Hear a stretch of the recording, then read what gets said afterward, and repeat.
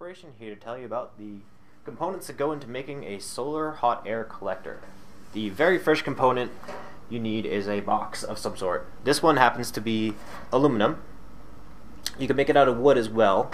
The important parts of that box will be two little holes. This is the exhaust hole up here at the top. And then in the bottom you'll need an intake hole, which will basically be taking the cool air in. The next component you will need is a collector plate, or an absorber plate, whatever you want to call it. But basically it's a aluminum or copper, if you prefer, sheeting. We sell the aluminum sheet that's already pre-coated. If you do use a copper plate for whatever reason, maybe if you just have one lying around, I wouldn't advise buying one because it's going to be way more expensive than the savings you'll get.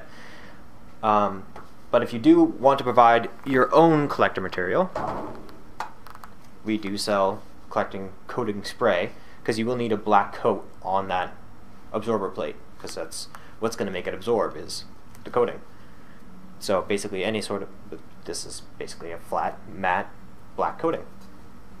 The next important part is some kind of ductwork to get basically the infiltrations you're going to be putting into the wall, the penetrations, whatever you want to call it.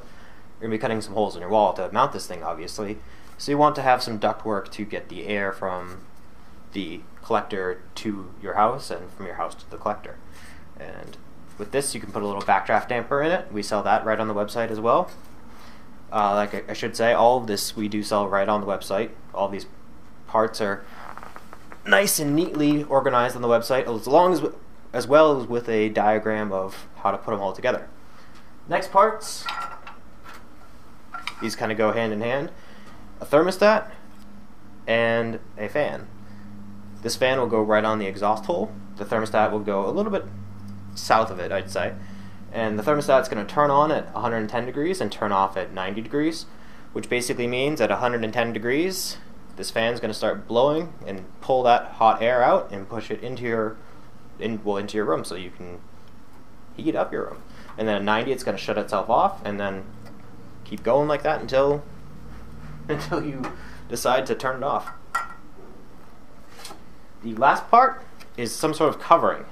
We sell this Sunlight HP material. It's highly translucent. You're not going to lose too much from covering the plate, but you do want to cover the plate because it is going to get beat up by the sun. So you want something to take a lot of that damage for it. This Sunlight HP material will take a lot of that damage and will last a very long time, so you won't have to worry about changing it. You can use other materials as well, but I'd highly recommend using the Sunlight material. And like I said, all the parts are right on our website. There'll be a link in the description, or if you're already on the page, they're right around you.